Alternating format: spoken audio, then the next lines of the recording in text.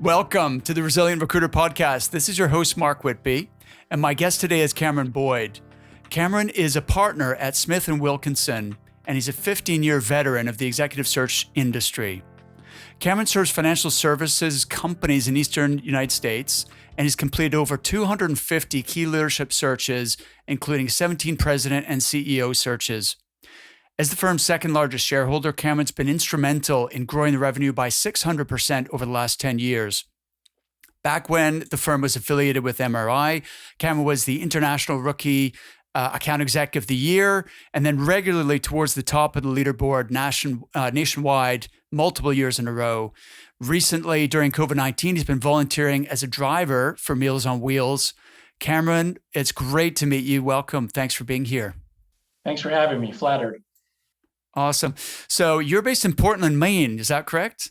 Yeah, I am. I'm from Halifax, Nova Scotia, which is just a ferry ride away from you guys. And I've been on family trips to Maine and so on. So I know it well, and we'll have this conversation offline. I actually started my college days at Acadia University in Wolfville, Nova Scotia. I had applied to Dalhousie in Halifax and spent some time there. So beautiful part of the world. Oh, wow. Cool. Well, it seemed to me when I've driven through Maine that, I mean, it is the same scenery. It's the same style houses. It's the same folks pretty much just on the other side of the border. So that's cool. Interesting that you went to Acadia. Now you introduced to me by Rich Rosen. How do you know Rich? So Rich and I are both members of the Pinnacle Society, which, as you know, is self-styled as a premier consortium of recruiters. Really what it is, it's a wonderful social avenue for people who are heads down, working their desks day in and day out to share ideas. For me, more than anything, it's camaraderie. And Rich also lives here in New England. He lives in Massachusetts. So we've got that connection as well.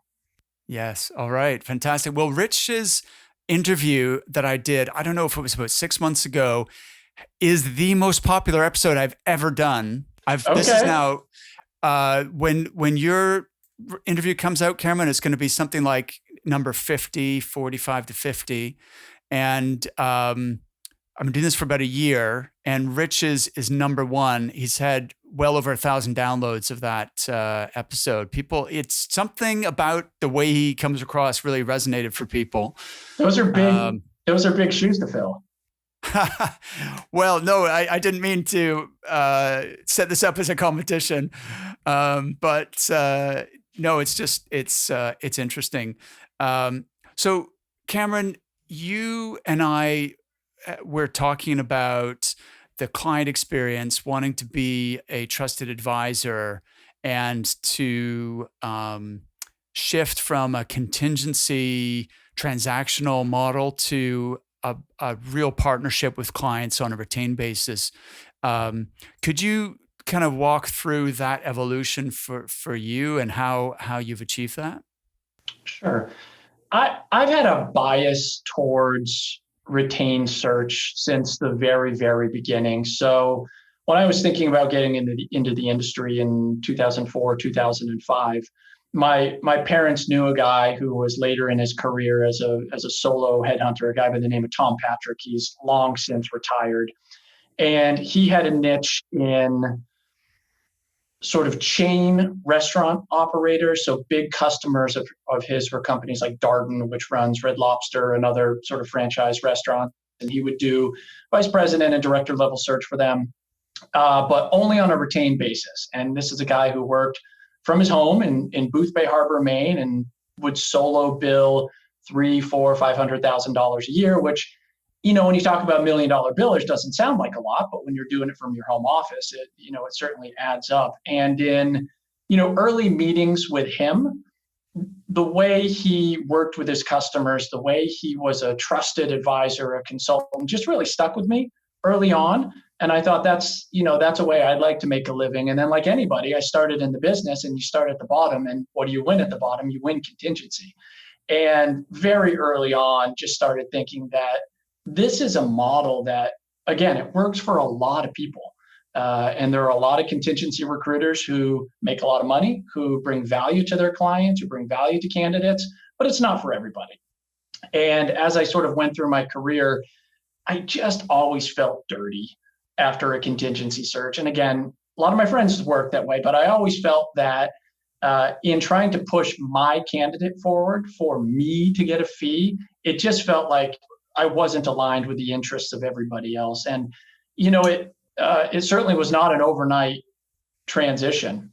I remember back in the age of CDs, I had a Danny Cahill 2-disc set that I used to listen to in my pickup truck when I was driving to visit my, what at the time was my distant girlfriend, who is now my wife. And, I remember, so this was probably 12 years ago, thinking he makes it sound so easy, to go out and sell retained search, to sell objectivity, to sell these things where, what I'm getting is 20% multiple firm contingency. So again, it was not overnight. It's been an evolution, but I think it's been an important one. It's interesting. There's a few things I'd like to pick up on there, but you mentioned this guy who was he a family friend, this retained search consultant? Yes. So I grew up in a very, very small town, one stoplight town on the coast of Maine with 2,500 or 3,000 year-round residents. And in a small community, it's a lot of people know a lot of people. So this is somebody who he had a national book of business. And, I look back on the way he conducted business, and I think a lot of it was overkill.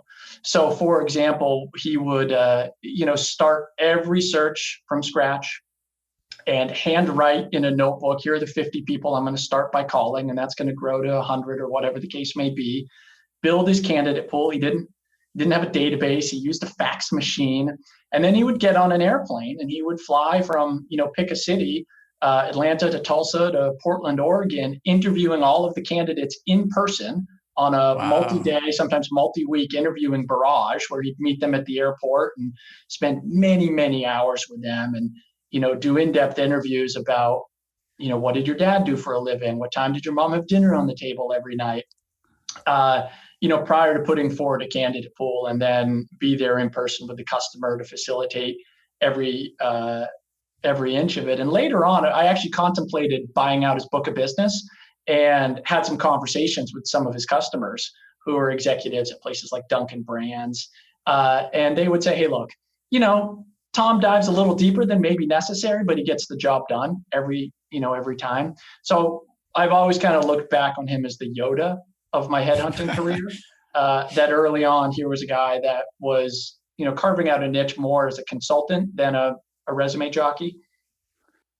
Wow. So, because I really had no awareness of the recruiting business growing up, and it sounds like you had this positive exposure to it pretty early on. Like, what age were you when you sort of understood what he did? No, this was post college. So this was I was already talking about joining the first firm I was with, or had already joined. I can't recall exactly.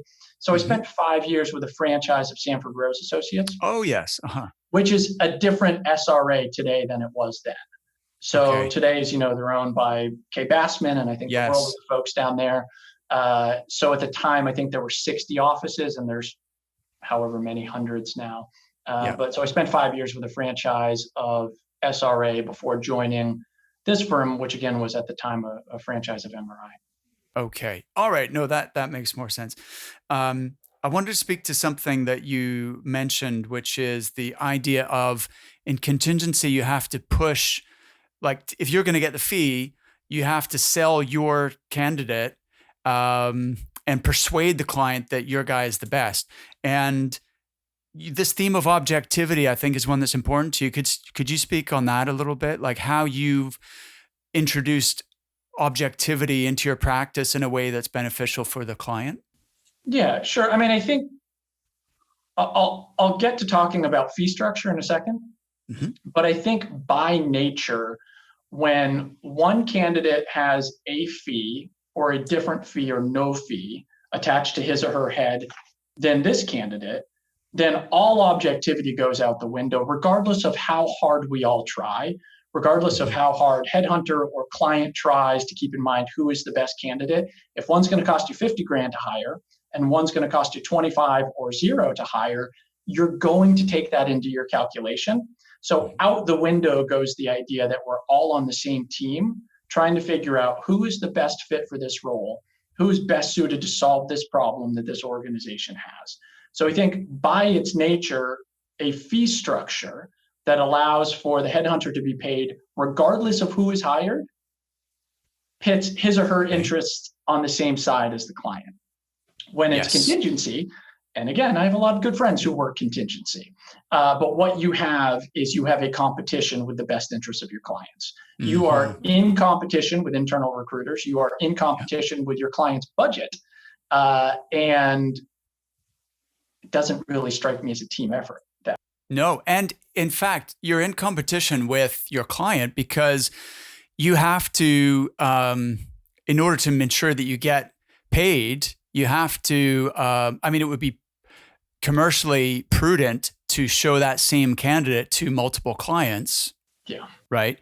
To hedge your bets. And how many times have we all been interviewing a candidate where the candidate says something that gives you some pause? It raises some red flags, and you're like, I don't know about this guy. Or you're checking a reference on the candidate, and the reference is anything other than stellar. It's anything other than glowing. It gives you some pause, where if you didn't have a vested financial interest, you might bring that to the attention of your client. I think it's a very admirable contingency recruiter who then you're at the final stages of a search, and let's say it's a big number. It's a $50,000, $60,000, $100,000 fee. If you place this guy or gal, very admirable for the recruiter to say, I'm going to blow up this deal right now because one of the references said something that really concerned me. How often does that happen on a contingency deal? What I found, and again, this might be me, is in contingency, you kind of put your blinders on. That I didn't hear that. They really like this guy. And, again, we just feel that is a model that is guaranteed to come back and bite you. I feel very, very strongly that the best marketing, the best business development that any headhunter could ever do is to make really awesome placements.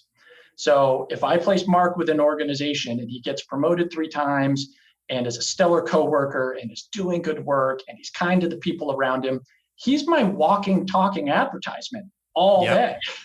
Right? So I have a long-term motivation to place really good people. And again, I just think it, runs a little in conflict there. But I mentioned wanting to get back to fees. So we started moving towards flat fees a number of years ago for certain level positions. And then in the past 3 years, 100% of my fees have been flat fees. Mm-hmm. So client and I agree on a number. Typically, what I try to get to is 30% of a salary midpoint. Mm-hmm. Your range is 100 to 200 or whatever the numbers are. So we do 30% of 150. Yep. The fee is the fee. So if you end up having to go way over budget to hire Mark, you have to pay this person $250 instead of $200. You know that when we're having this conversation, I don't have a vested interest in that. It's not going to pad my fee by a couple $1,000. My fee is my fee. And I think that that's an important part of the objectivity discussion, which then flips over. And how many times have we been on the receiving end of the discussion of, well, what if a candidate comes to us directly? What if somebody falls out of the sky? We've got this internal candidate. I mean, it happens every search, right? So then you can balance that by saying, once you engage with us, we're going to be your partner. We're going to be an extension of your organization. We're going to get paid the exact same fee regardless of who you hire. And we're going to get paid the exact same fee regardless of what you pay that person. Now, the flip side to that and the downside to retained here is what I will also say is, you owe me a fee for this one project. That's it. You're retaining us on this one search to get this job done. What happens if we hire 2 people? You introduce us to somebody during the course of this search that we hire for a different role. Contractually, we've agreed on one objective search. You don't owe me anything there. In practice, what usually ends up happening is, can we pay you a half fee for Mark? We weren't planning on hiring a chief risk officer, but Mark fits the bill. Yes, of course. Right. But so the flip side in pitching objectivity on this one specific important role is where contingency recruiters can bill more is, well, you had one role, but you hired 3 of my people. So you owe me 3 fees. I feel there's a middle ground there, which serves everyone's interest. It's funny. This issue came up in my inner circle coaching group recently. One of the ladies in the group had this exact scenario where she was expecting to make 1 placement, end up making 2 on this retained search, and the client was, now in her terms, that is a separate fee in her terms of business, but the client is always going to want to test that and sort of see, well, you did the same amount of work, you didn't do twice as much work, so surely you can give us a discount on the second fee, and that's pretty much what ended up happening. Is it was, they did a negotiation, but she still got something for it, I think. And that's how it usually ends up working out. Yeah.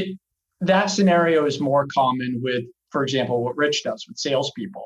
Yeah. You might engage Rich to find a salesperson and hire 3. In our world, the parallel there would be commercial banking officers. They're the kind of salespeople for our clients. Yeah. That might happen there. But if you've retained us to find your next CFO, odds are you're not going to hire 2 CFOs. Right. Yeah, no, absolutely. So, Cameron, I wonder if we can just retrace our steps here. So we're talking about transitioning from a contingency to a retained model and what that evolution was like. So what time frame are we talking here for you, like going from, like, for this really developing and you embodying the retained model? Yeah, I mean, so early in my career when I was with the franchise of Sanford Rose Associates, I worked a few, there's different names for them. We happen to call them dedicated searches, money down, financially committed. Some people call them container searches. Right. So I had worked a handful of those. What we here at Smith and Wilkinson, and I'm forgetting the time frame, I've been here going on 11 years, but pretty early on in my tenure, we started to push for what we were calling dedicated searches, which is, can you put $5,000 down on the search? The balance of this is going to be a true up at the end. It's still going to incent us to really hustle. But I kind of hate the phrase, but we've all learned that if a client has some skin in the game, we are much more likely, excuse me. Yeah. My running watch says it's time for a run. We're more likely to make the placement if they've got some skin in the game. Yeah. So we've tracked over the years the metrics, and we have an under 50% chance of filling a contingency role, which is why we encourage our recruiters not to take those searches. We've got something like a 17% success rate on multiple firm contingency. We've got an 80% success rate if there's money down, and we're in the 90 to 97% range on retained search. And that's something that benefits us, but it also benefits the client, and to say, commit to us, and we're going to get this done. We have a track record, but you also have to be willing and able to say, or your money back. Can you say more on that? There's a long time sort of MRI recruiter by the name of Richie Harris, who's an emeritus member of Pinnacle Society. And I won't use some of his colorful language because we're recording here, but a couple of years ago at a Pinnacle meeting, Richie, I'll paraphrase, said to me, if you're going to make demands, you better produce. So if you're going to say you work with me exclusively and we're going to work on be it a dedicated or a retainer model, here are my expectations if we're going to work on this search, pony up and do whatever it takes to get that job done. You also need to be willing and able to, give the money back if you're not the right firm for them. We've had to do that. I don't know. I could probably count on one hand the number of times where we've sent back the engagement fee, where we've said to a client, we'll guarantee you 5 candidates in 30 days or whatever the number is that we agreed on. And we just couldn't do it. Maybe that search shouldn't have been taking money down anyway. Maybe the market was way too narrow, way too nichey, but we took it. And we weren't able, more often than not, they're flabbergasted that you sent the money back and you've been true to your word. They can't believe it. Again, it's happened 5 times in 11 years, and we've done over 1,000 searches in our banking practice. Wow. But you need to be willing and able to do it. And I think it protects the brand. You need to build a brand that you are, one, going to get the job done, but two, if you don't, you're going to honor the agreement that you made with that organization. We've all heard the saying, do you want to win the battle or win the war? And I think too many recruiters are focused on winning the battle because they're focused on that next commission check. I need to cash this in next month or I'm not going to get paid. Yes. I mean, if you're hyper focused on winning every battle, you will lose the war, is what I meant. Long game.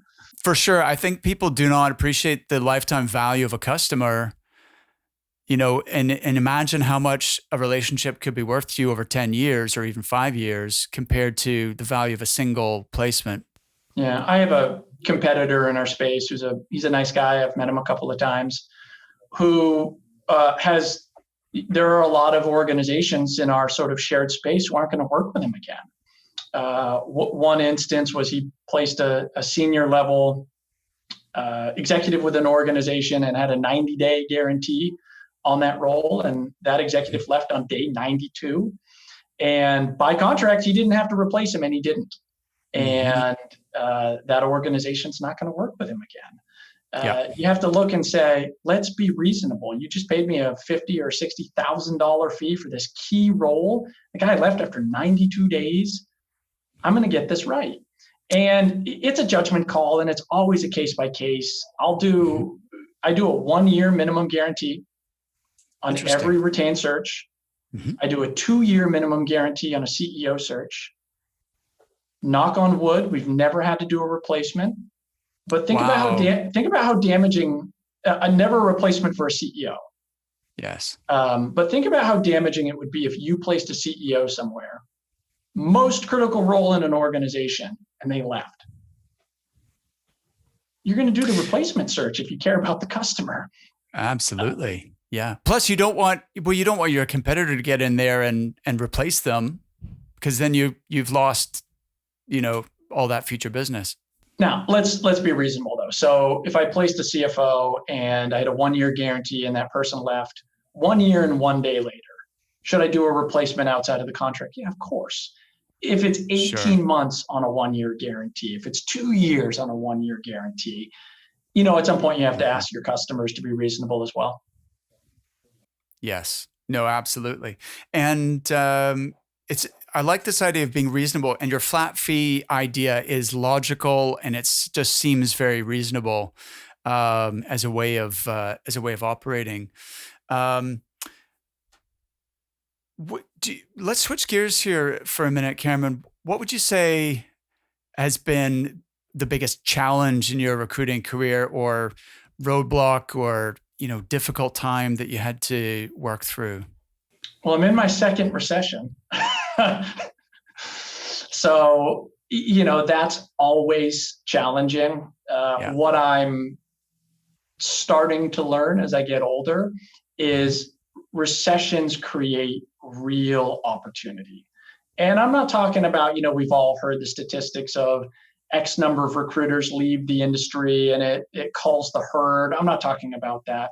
I'm talking about when you're not 100% full speed on your desk all time, it gives you an opportunity to think and to think a little bit more strategically.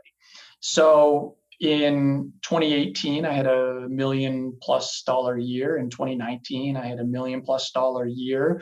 This year, I'm going to do 6 and change, right? So that's not quite a 50% hit, but almost. Yes. But it's given me opportunity to think a little bit more strategically. And to say, with this little bit more time that I have in this recession, and there's going to be another upswing and then there'll be another downswing, where do I want to grow our practice? What organizations, what sorts of talent should I be using time to cultivate in this downswing? Because when you're just running on your desk 100 miles an hour, that's all we're thinking about from the moment we wake up to the moment we go to bed. So, I think recessions should really be looked at as an opportunity, which is my next piece of advice. If I had to give a young recruiter any piece of advice, it would be save your money. Save your money. I think it allows you to take a more objective view of search. If you're not living and dying by the next commission check, you're going to be more objective with your clients. You might walk away from a search because you can say to a prospect, we're not the right partner for you for this one, but let's please stay in touch. Or you might walk away from a candidate who's bad news, who's dishonest, and there's red flags everywhere. And if you can look past the next commission check, it's going to build your brand over time. And then the other logical reason is you can better weather the next recession. Yes, absolutely. That's easy to say, though, and hard to do for many of us.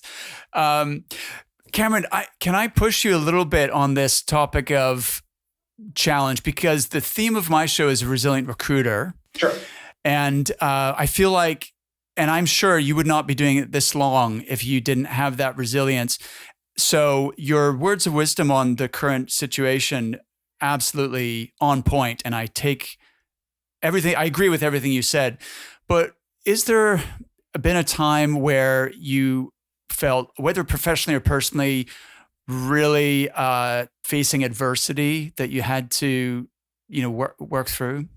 Adversity is a real strong word in my mind, right? Okay. Adversity is, a huge personal loss or running a desk while battling cancer. I know recruiters who have done that, and my heart goes out to them. So in my mind, adversity is a real strong word. And honestly, no, I haven't faced like life-altering adversity. But in terms of challenge, I think I'm going through it right now. Right. This is an industry that rewards people who come in with something to prove. They come in with a chip on their shoulder. Yeah. This is not a profession, barring a few exceptions. You didn't choose between being a brain surgeon and being a headhunter. Right. You fell into this, and you're going to make the most of this situation. And I've benefited from having a chip on my shoulder and feeling like I had something to prove. And that worked. And then I think you reach a point of success where the challenge becomes not being complacent, where I spent 10 years trying to eat my competitor's lunch, and now not losing sight on there's a line of people who would like to eat the lunch of me and other successful recruiters. So I think is complacency adversity? No, but I do think it can be challenging to find ways to continue to push and to motivate yourself. And what ways have you found then to stay sharp and not become complacent? I mean, so a couple of areas. I mean, one is it's always been important to me to focus on the why. As corny as that seems, I mean, keeping family pictures of my wife and my boys who are staring at me all day if I'm not on the phone. That's a pretty well trodden reason. But I think also pushing yourself outside of your comfort zone with new clients, new types of candidates where you do have to prove yourself again. So my desk is pretty heavily concentrated in a very mature, rapidly consolidating industry. So when I joined this firm 11 years ago, there were 15,000 banks in the US. Wow. There's 5,000 now, 15 to 5 in 11 years. And we could be at 2,000 in 5 years. Fewer prospects, fewer clients. And so if I were to put my head in the sand, could very quickly look up and say, my dig disappeared, my niche disappeared. So I think a challenge is to push yourself to make those business development calls, make those marketing calls to organizations who don't know you. Right? They're not taking your call because you've made 17 placements there. You gotta work for it again. And that's been invigorating this year. Great. Let's talk about that. I'm glad you found it invigorating. That's not the word some people would use. Terrifying is maybe, but that's I think it's much better to think of it as it being invigorating than terrifying. What have you done differently in the current environment in order to, make sure that you are going after new business and what kinds of things are you personally or are you doing in your firm? So net new business has been challenging during the pandemic. So in the typical life cycle of trying to win a retained search, whether it starts with an email or a phone call, what we're pushing towards, unless it's just geographically and logistically impossible, is to get in front of that person in person. If it's within a 4 or 5 hour drive, I'm in the car. If it's, somewhere else, I'm on a plane, and we're trying to get in front of people in person, because you want to do business with people you know and people you trust. And it's better to earn that trust if you can get in front of people in person. That's been hard in this pandemic. So I focused a lot this year on taking care of existing customers. So I don't know if you know much about this, but in the US this year, we had something called PPP, which is the Paycheck Protection Program. And our clients, the community banks, were on the front lines of that, working incredibly long days, 7 days a week.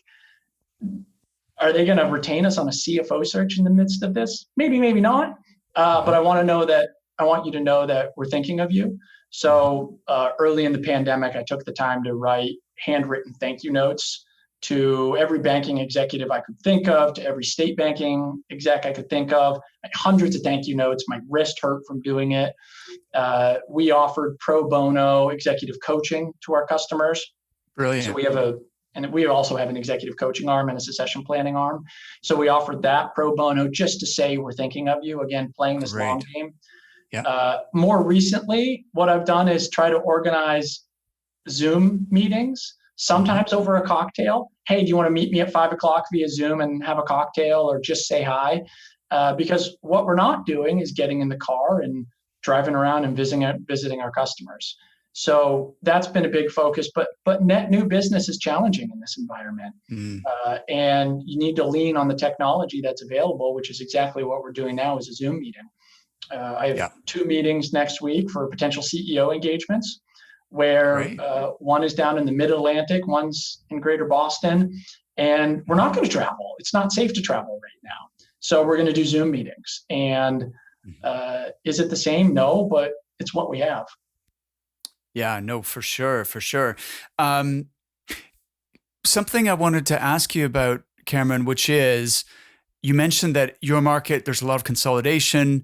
The clients are getting bigger and bigger, but there's fewer of them. And this is a trend in a lot of industries.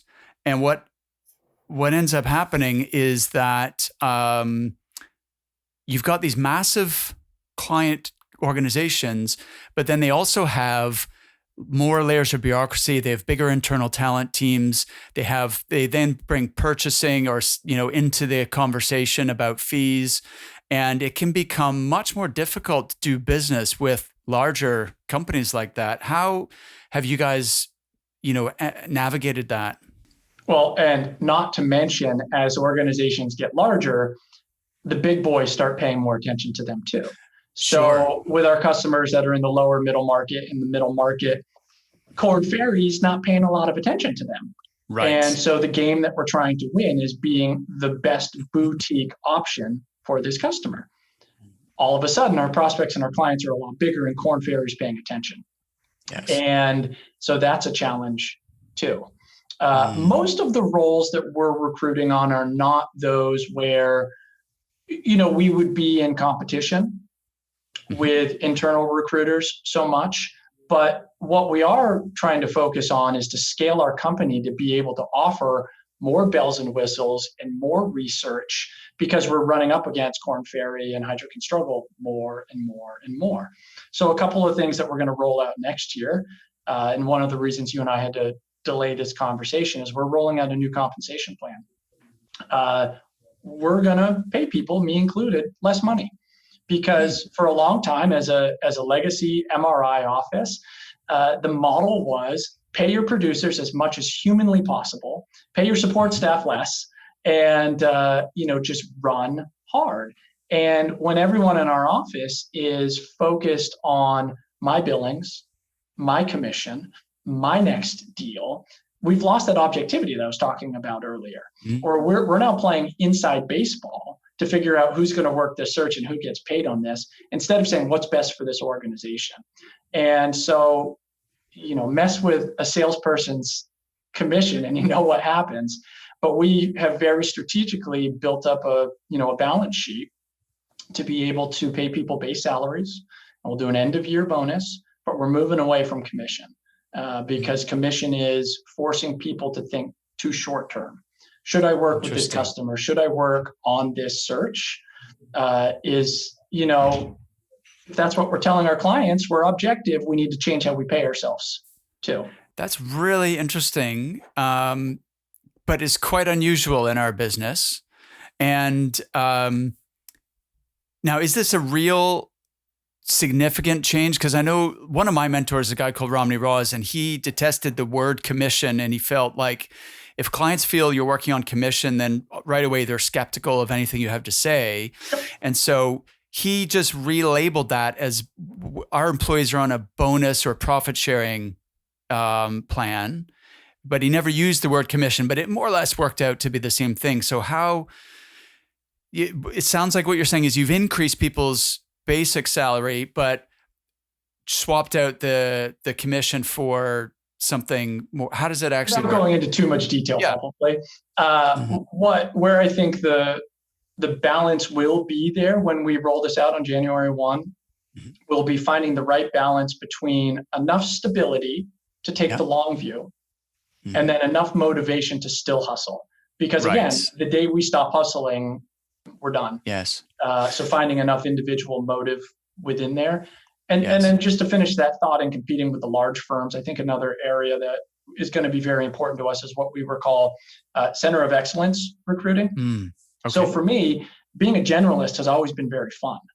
Being able to work on a CFO search, a chief lending officer search, a head of technology search, a CEO search, learning new areas of the business has kept this job intellectually stimulating for me. But what it means is that I'm kind of reinventing the wheel a little each time. So and if you look at what the big firms do, they've got practice areas, but they also have subject matter expertise. So that if you get an RFP for a technology search, you can say, Mark's our guy. He's been having conversations for the last year with the best technologists in this space. He knows what companies are about to be acquired. He knows who might be on the market. Here's 5 or 6 people we think you should very seriously consider. So you're going into the pitch meeting saying, we've already got a candidate pool. Now, are you going to hire one of these people? Maybe not. We still have some recruiting to do. But in competition with the big boys, you're never going to out-resource Korn Ferry, but you can outspeed them.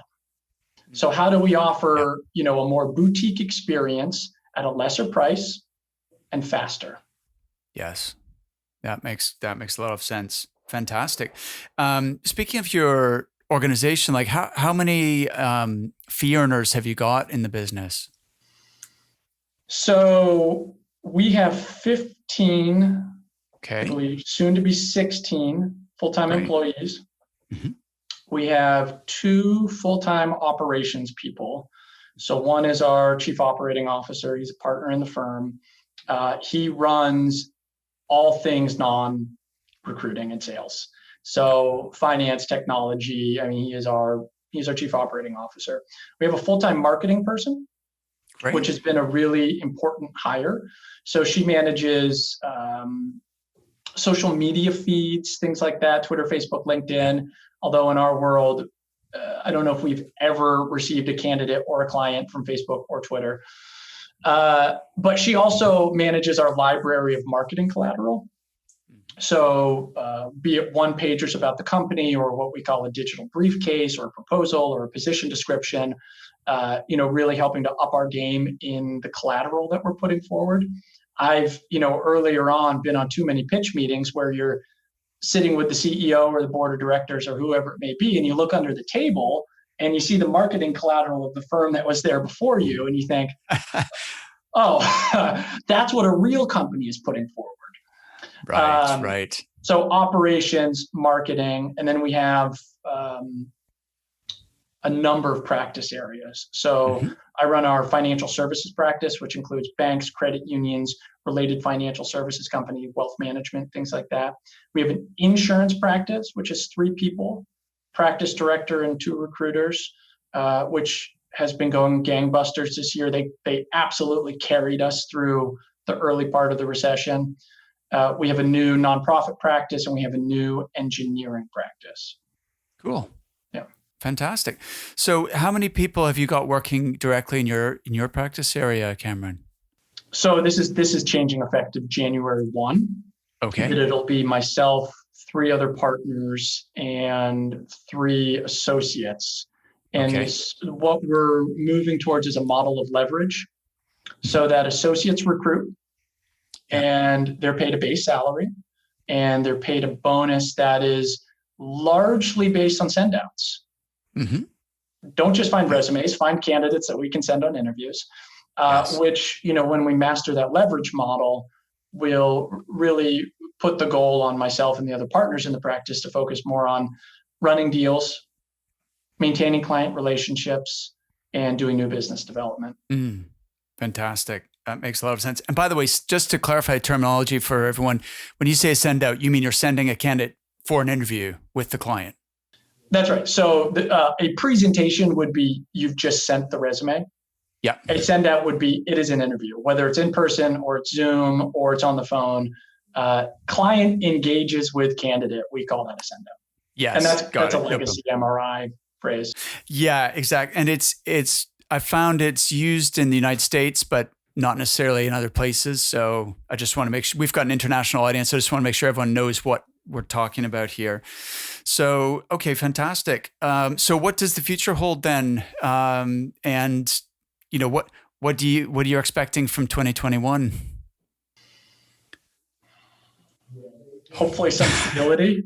Right. I hope 2021 is the most boring year you could possibly imagine, right? And that we all get vaccinated and we can all start to visit customers again in person. Candidly, I've been shocked how much business we've done this year, given the challenges. It's not going to be our best year ever. Last year was our best year ever, and the year before that had been the best year, and the year before that had been the best year. You can't do that every year. I think top line revenue is going to be down. It's looking like 10 to 15% this year, which, given everything going on in the world, I'll take it. Absolutely. I think that's a win, Cameron. Most people would say that's an absolute win. Yeah, but the future is going to hold a more diverse product and service offering to customers. So if you think about what organizations spend on talent, even though the fees, like when you look at them solo, look like big fees, executive search is this tiny sliver of the pie of talent spend, because they're spending it on executive coaching and succession planning and compensation consulting and diversity and inclusion initiatives. And search is like this tiny sliver. So the vision moving forward is more products and more services to our customers. So that's going to include executive coaching. It's going to include formal succession planning. It's going to include compensation consulting, so that we can come in, and our tagline of our company is partners in talent, that we can be a partner in talent. I'm a huge believer in that. And maybe as you get older, you just have less patience for clients where you feel like it's an adversarial relationship. They don't really want to work with you. You're held at arm's length. There's no communication. I just think, and I don't recruit anymore, but even, when I did, I just could not be bothered with that. It's not fulfilling in any real way. And so the partnership with your client, where you are collaborating, you're working together, and you are the trusted advisor. They listen to your advice. I think that has to be the way forward for sure. Speaking of which, then, what advice would you have for someone, like, let's say someone's joined your firm from a contingency firm.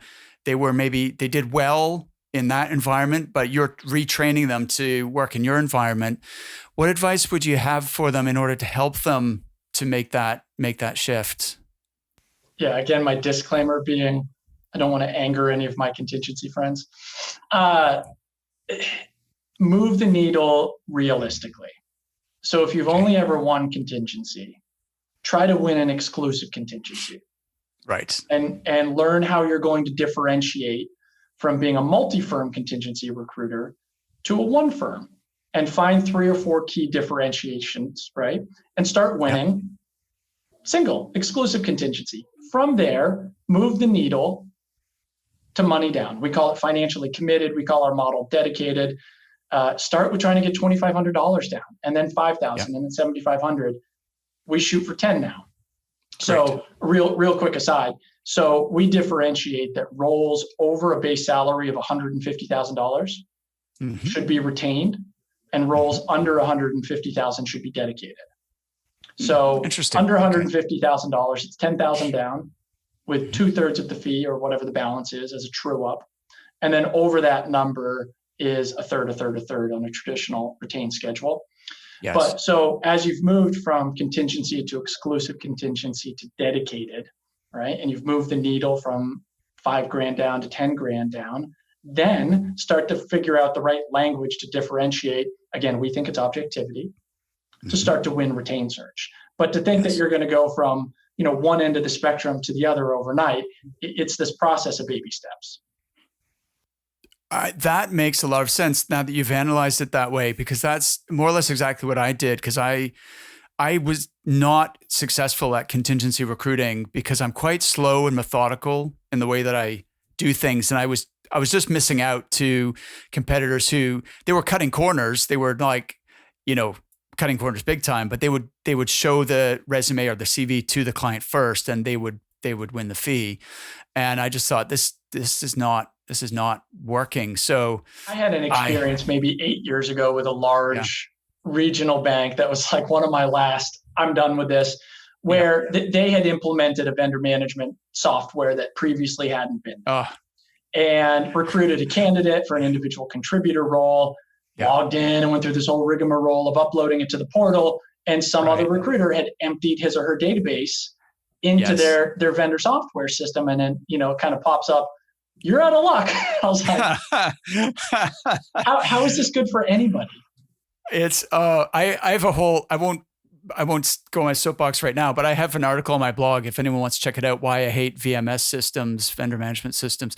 But so my first focus was figuring out how to sell exclusive, because I felt like if I could do that, and that worked. And then once I got to that point, I realized the client can still say, oh, never mind, Mark, we actually decided to, have an internal reshuffle, or we're not going to go, you've done the work, but you don't get paid, even though you did the job, and then move to getting the deposit, and then move to getting, multiple stages. So that's a great way of breaking it down, I think. Yeah. And with larger clients, we've had this work a couple of times in our banking practice, more often in our insurance practice, where I think the best model is to get on a monthly retainer with a client. Yes. We've seen that anywhere from 5 to 10 to even 25 a month, because they know they're going to be making a lot of hires, and you've agreed on, average fee is going to be called 25% or whatever a flat fee number equivalent would be. And then every month you're subtracting the difference. Those are awesome engagements. They tend to last, I think if you're lucky, a year, maybe two. But then, once the hiring initiative's done, they roll off. But those are golden. Okay. I'm really glad you brought this up, Cameron. What do you have a name for that service or that product, like talent pipelining, or like what do you call that? Yeah, so we've done, I think, a half dozen of those. Okay. So they don't have a name yet. Okay. I have a client who called it continuous retained search. I like that. And he was a smart guy based in London, Nathan Francis. Shout out to Nathan. And he would do this with hedge funds, where he recruited technology people for hedge funds, and where they were like in the heyday when they were really kind of, this is pre-last recession, right? When that industry was blowing up, then he would have a few clients on this, paying him a monthly retainer, and that was a good model. But one of the best models we have running now is a multi-year succession planning model, where the organization has the foresight to look ahead, sometimes 2-3 years, and say, CEO will be retiring. We have some internal people who have potential, but nobody's the heir apparent. And so we have a model now where we can utilize our executive coaches. So we go through a visioning exercise with the board of directors to determine who they want to be, what they're looking for, interview those internal candidates, benchmark them against that, identify any potential gaps, be it from a leadership standpoint or a technical skill standpoint, assign coaching, coach along the way, and then maybe one of them gets hired, Great. If not, we've also built in an option of then an external search. So obviously you're that deep into the relationship, it's going to be a bit of a discount on the executive search. But, really a model for us is to get ahead of these retirements that leave our clients looking around and saying, everyone's retiring at the same time, we should just sell the place. Because if CEO is 64 and that number is true across the rest of the senior management team, often that's leading to some of the consolidation in our industry, because they might look and say, we could do a CFO search or a CEO search, but we're not going to do 6 searches simultaneously. That's brilliant, because then the succession planning and executive coaching is sort of a Trojan horse for unpacking the rest of your products and services. Every executive coaching session that they have, which is bi-weekly with one of our coaches, all of the material is branded Smith and Wilkinson. It's on their binders. It's on the material. Beautiful. Hopefully we're top of mind when there's a need. Yeah, no kidding. Is that something you've done much of, or is this really a concept at this stage? So this is new. We acquired a 2-person executive coaching firm. Okay. And their intellectual property in 2018. And this is really an initiative that's been led by my business partner, Carl Wilkinson, who spent much of last year and this year hiring and training a team of coaches. So we now have probably 6 or 7 of these engagements going. But moving forward, it's going to be a big initiative to be that partner in talent and not just offer executive search, but offer solutions to talent. Because we're biased. If we get paid for you hiring from the outside. Yes. I was just saying that you mentioned that your watch beeped because it was time for you to go running. I'm sorry that you're late for your run, but I appreciate you staying longer. I've taken up running recently, but I'm wondering what your experience here is, why you've started running. Well, it's not a new thing. It's an old enough thing where my ankles and hips and knees are feeling it. But mental health in this business is, like any business, but really, really important. The highs and lows in this industry can be very, very extreme. And we all know headhunters who sometimes deal with that the wrong way. Headhunters can sometimes be a thirsty group of people, and that's not always a good thing. Big appetites for food and drink, and sort of celebrating the successes. But I've known, from the very, very beginning that managing mental health is really a top priority. And I'd mentioned earlier, what's the upside of being a little bit slower on your desk during a downturn? Exercise more. Fuel up for that. So we're big proponents of it in our company. We pay for gym memberships for everybody. Great. And pre-COVID, there was a gym across the street from our office where we encourage people to go on their lunch break. Yeah. So what I don't want you to do is come in a little late, go to the gym for a long workout, and then leave a little early. That's not going to work. But I want you to come in a little early, pound the phones, go get a great workout in, come back energized, and then have a great afternoon. And what it does to your afternoon calls is absolutely magical. The alternative is you're staring at the screen, drinking too much coffee. So, exercise, whatever your exercise might be, walking, running, going to the gym, going to a CrossFit style class. I think it's just absolutely critical. And, a lot of the best headhunters that I know are absolute fitness fanatics. Yes, definitely. So, well, that is really interesting because, I'm glad you brought this up, the subject of mental health. I think people are becoming more, and by people, I mean search firms, recruiting firms, staffing firms are becoming more aware of it. And because this is a very high pressure, high stress, and as you said, the extreme highs and lows is hard to take sometimes. So apart from encouraging people to use the gym membership and that sort of thing, do you have any other policies to protect and promote people's mental health? Well, again, this year's been different. 75% of our staff is working remote. Yes. And staying on top of how people are doing is challenging. Yeah. Right? But encouraging people to take a mental health day, to use their PTO. This all ties into why we're rethinking compensation next year. Because I've been in this business for 15 years. I've never in my life taken a 2-week vacation. The idea of being away from my desk for 2 weeks, like terrifying, and how many vacations have I been on where I'm on the beach and I'm like on my phone, honey, I'll be right there. This is important. We've all been there, right?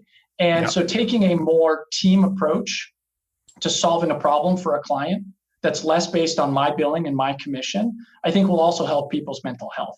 Use that time off, go on a vacation, spend time with your family, come back energized and positive. Because when you're making a sales call, if you come in with force of personality and some positivity, you're going to engage with people. If you come in and it's like your 17th call of the morning, you're not going to win that deal. It's I'm going to send you a link, Cameron, to an interview I did that I think you'll enjoy by an Australian entrepreneur called Paul Hallam. And they have really doubled down on this idea of promoting mental health in their recruiting firm. They've got some great ideas. One of them is they enforce the personal time off. You can't opt out of your holidays and in your vacation time.